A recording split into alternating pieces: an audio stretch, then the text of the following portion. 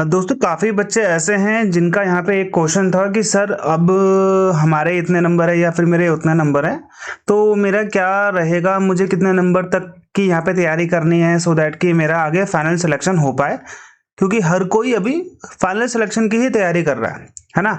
अब आप यहाँ पे ध्यान देना कि 40,000 बच्चे जो पास हुए हैं, अमूमन जो मैं राउंड ऑफ लगा के आपको बता रहा हूँ कि 4,000 वैकेंसी भी मैं राउंड ऑफ लगा रहा हूँ, वैसे उतनी नहीं है।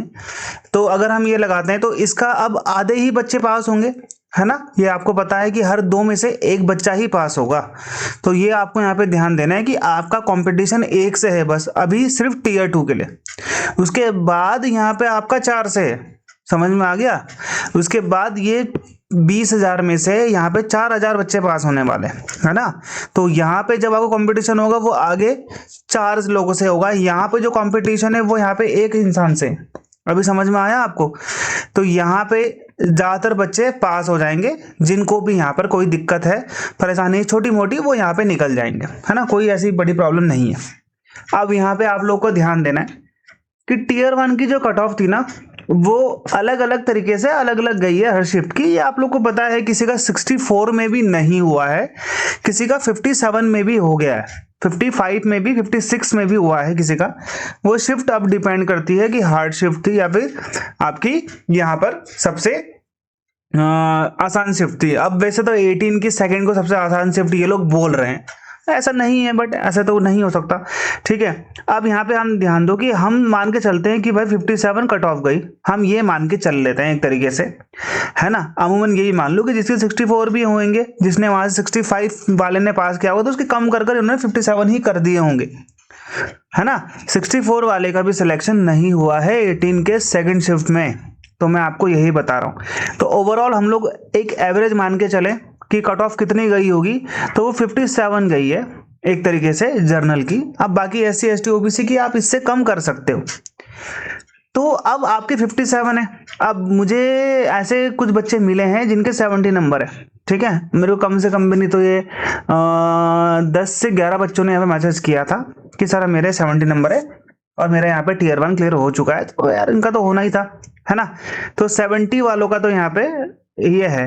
ज्यादातर बच्चे जो मुझे मिले हैं वो 58 से 64 वाले बच्चे मिले कि सर मेरे इतने 65 64 समथिंग, ये वो है जिन्होंने क्लियर किया है, मैं आपको ये बता रहा हूँ। ओके, अब यहाँ पे आप डेंजर जोन में कहाँ पर हो भाई, ये चीज आपको भी पता है और ये चीज मुझे भी पता है कि जितने आपके कम नंबर होंगे आप उतने डेंजर जोन में हो। ये तो कहने की बात नहीं है, ये तो ऐसा नहीं है कि मैं कुछ नई बात बोल रहा हूँ भाई। आपके 58 59 60 है तो आप डेंजर जोन में ही हो, है ना। अब आप यहाँ पे देखो कि भाई अगर आप 57 में से अगर आप भले इससे कम नंबर भी होंगे आपके, वो आपका रॉ स्कोर, समझ में आया। ये जो मैंने आपको बताया ये वाला है आपका नॉर्मलाइज स्कोर, ये जो है आपका, ये है आपका रॉ स्कोर, ठीक है। तो आपको लग रहा है कि सर मेरे तो 53 में भी हो गया, तो भाई पहली बात तो वो रॉ स्कोर है आपका। जो मैं आपको बता रहा हूँ वो आपका नॉर्मलाइज स्कोर है। अब ये स्कोर कैसे दिखेगा, ये आपको कभी नहीं दिख पाएगा, ना ही आप पता लगा पाओगे। तो मान लो 57 अगर आपने क्लियर भी करा है तो आप अपने 57 नंबर मान के चलो, अगर आपने मार्जिन लाइन से पास करा हुआ है। ओके, अब यहाँ पे दूसरी चीज है कि भाई अगर आपके 65 नंबर तक भी हैं तो आप अपने आप को डेंजर जोन में ही मान के चलो, क्योंकि जो अब डिस्क्रिप्टिव एग्जामिनेशन होगा आपका, ये जो आपका मेंस एग्जामिनेशन है, ये आपका है 50 मार्क्स का। ओके, इस 50 मार्क्स में से 20 मार्क्स का एसे है, ठीक है, 10 मार्क्स का कॉम्प्रिहेंशन है और 20 मार्क्स का यहाँ पे करंट अफेयर के जो क्वेश्चन आएंगे, 2 क्वेश्चन वो हैं जो मैं आप लोगों को यहाँ पे बता रहा हूँ, ठीक है। ये आपकी अलग से स्ट्रेटजी मैंने आपको बता दी है, ठीक है। यहाँ पे मैक्सिमम मार्क्स कितने मिल जाएंगे बच्चों को, मैक्सिमम अगर आप अच्छा खासा लिख लेते हो, वो मैं आपको आगे वीडियोस में बताऊंगा कि कैसे कैसे लिखना है, ठीक है, कैसे आपने इस चीज को डिस्क्राइब करना है। तो 35 मार्क्स मैक्सिमम होते हैं अगर आपको 50 में से कोई देगा तो, ठीक है। इतने मार्क्स 35 से 40 मार्क्स यहाँ पे मिल जाते हैं। बहुत अच्छा लिखा हुआ है, डेटा आपके बिल्कुल, फिगर्स आपके बिल्कुल क्लियर है, एकदम कंसेप्ट क्लियर है, और प्लस राइटिंग आपकी बहुत अच्छी है, ठीक है, तो यहाँ पे आपका इतना नंबर आपको मिला था, नहीं तो अमूमन जितने मैक्सिमम बच्चों को मिलेगा वो 35 से 30 के बीच में, यहाँ पर 25 से 30 के बीच में यहाँ पर मार्क्स एवरेज होते हैं। किसके किसके एवरेज होते हैं? ये होते हैं आपके मेंस के एवरेज मार्क्स। ठीक है, अब ये तो सबको ही मिलने 25 से 30 मार्क्स। ठीक है, तो आपके जिनके बच्चों के मार्क्स यहाँ पर ये है, इनको यहाँ पर 10 number extra, 5 number extra cover करने, ताकि वो जो इनसे ज्यादा लेके आ रखे नंबर ये उनके बराबर में आ जाए। समझ में आ गया आपको? आप उतने बराबर में आ जाओ तो आपको कम से कम 5 से 10 मार्क्स एक्स्ट्रा इनसे लाने पड़ेंगे। अगर आप 35 तक भी ले आते हो तो आप इनसे 10 नंबर आगे हो जाओगे। जो आप प्री में 10 नंबर इनसे पीछे थे, जो जिनके नंबर आपसे आगे हैं, वो आप उनसे बराबर हो जाओगे। अगर आप बहुत अच्छा लिख लेते हो, हालांकि वो भी मेहनत करेंगे सेम, और वो भी ज़्यादा नंबर लेके आएंगे, ऐसी बात नहीं है, लेकिन भाई आपको अगर उनके बराबर में जाना तो आपको उनसे अच्छा लिखना पड़ेगा। ठीक है, ये चीज़ मैंने आपको बता दी कि आपको यहाँ पे कवर करना पड़ेगा। तीसरी चीज़ आपका इंटरव्यू आता है। इंटरव्यू कभी भी प्रिडिक्टेड नहीं होता। पहली चीज़ तो इंटरव्यू में डिपेंड करता है आपके टीयर 1 के मार्क्स कितने हैं। ठीक है, इंटरव्यू में डिपेंड करता है आपके टीयर 2 के मार्क्स कितने हैं। आपके इन दोनों मार्क्स को एग्रीगेट कर अगर इंटरव्यूअर को लगता है कि आप कट ऑफ क्लियर कर जाओगे या आपको 2-3 नंबर की जरूरत है जिससे आपकी नौकरी लग जाएगी, तो वो आपको हंसते हंसते वो नंबर दे देंगे। अगर टीयर 1 और टीयर 2 मान लो आपके दोनों के मिलाकर 70-80 नंबर बन रहे हैं या 90 नंबर बन रहे हैं, मान लो कि आपके 50 उसमें आए और 40 नंबर आपको किस में मिले? टीयर 2 में मिले, तो यहाँ पे आपका सिलेक्शन होना मुश्किल है ना? यहाँ पे तो सिलेक्शन होना मुश्किल है।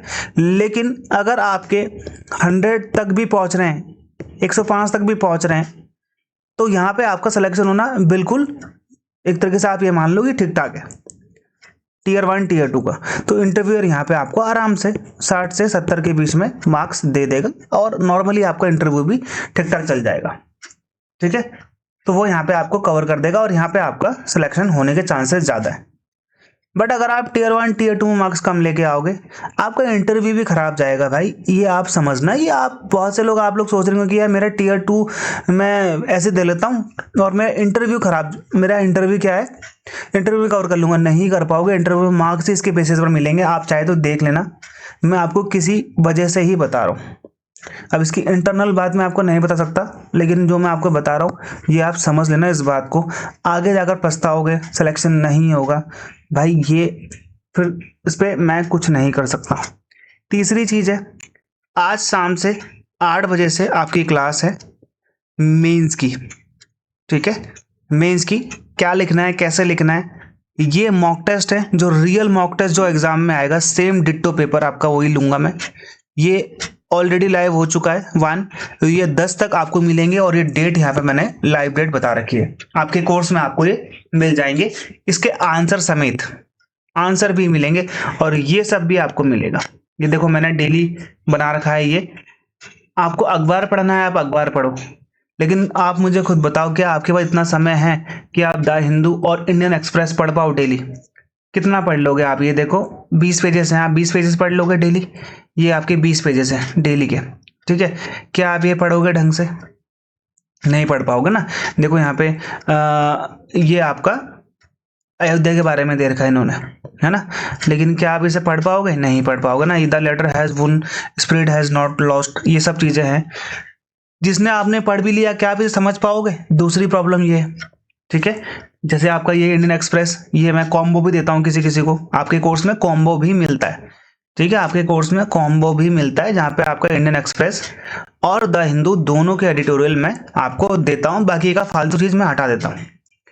द हिंदू आपको न्यूज़पेपर भी मिलता है, आप अगर पढ़ने वाले अच्छे खासे हो तो आप उसमें अपने आप पढ़ सकते हो, लेकिन इसमें एडवर्ड सब रहेगा जो इनका रहता है, मेरा कुछ नहीं। तीसरी चीज है जो मैं आपको देता हूँ, मैं खुद इनके एडिटोरियल निकालता हूँ इंपॉर्टेंट, इसको ऐसे बनाता हूँ, यहाँ पे ये मैं आपको हेडलाइट, ये जो आपका हाईलाइट करके मैं देता हूँ, क्वेश्चंस भी हैं इसी में ही, और यहाँ पे आपको मैं ऐसे हाईलाइट करके देता हूँ, ये मेरा खुद का हाईलाइट का है। और इसी चीज को मैं हिंदी में भी ट्रांसलेट करके देता हूँ, ताकि जो बच्चे हिंदी मीडियम वाले हैं या फिर जिन बच्चों की इंग्लिश इतनी अच्छी नहीं है, वो यहाँ पर हिंदी में पढ़कर अपने कंसेप्ट क्लियर कर लें। ठीक है, जैसे आपके 4 देता हूँ मैं आपके टॉपिक डेली, 4 टॉपिक जिसमें आपने पढ़ना है। ठीक है, ये चीज़ समझ में आई आपको जो मैंने आपको बताया? तो भाई आप ये ध्यान देना जो मैं आपको यहाँ पे बता रहा हूँ कि भाई 57 से 65 जिनका भी स्कोर है, ठीक है, जो कि मैं आपको बता रहा हूँ नॉर्मलाइज स्कोर, रॉ स्कोर नहीं बता रहा हूँ आपको। ठीक है, रॉ स्कोर आपको पता है, नॉर्मलाइज स्कोर मेरे हिसाब से मैं जो आप लोगों को बता रहा हूँ। ठीक है, तो अपने आप को खतरे में ही मानो। आप इसमें कवर करोगे तो ही अच्छा है मेंस में, क्योंकि मेंस के बेसिस पर ही आपको इंटरव्यू मिलेगा। ये मत सोचना कि मैं इंटरव्यू में कवर कर लूंगा और मैं तो ऐसा इंटरव्यू दिखाऊंगा 100 में 100। भाई इंटरव्यू में देखते ही आपको भगा देंगे, 5 मिनट भी आपका इंटरव्यू नहीं लेंगे। चाहे तो आप पता कर लेना, पिछले बार के इंटरव्यू से 3 मिनट का इंटरव्यू भी आया लोगों का, 3 मिनट का। तो सोचो आप, समझ में आ गया आपको? उससे आप दिमाग लगा सकते हैं कि उसके मार्क्स उन्होंने प्री के देखे होंगे, मेंस के देखे होंगे, बाद में बोला भाई इसका जितना ही बड़ा ले लें, इसका सिलेक्शन फिर भी नहीं हो पाएगा। तो 3 मिनट का इंटरव्यू लिया फिर उसका। समझ में आ गया अब आपको? बाकी आप समझदार हो खुद ही। बाय बाय, जय हिंद।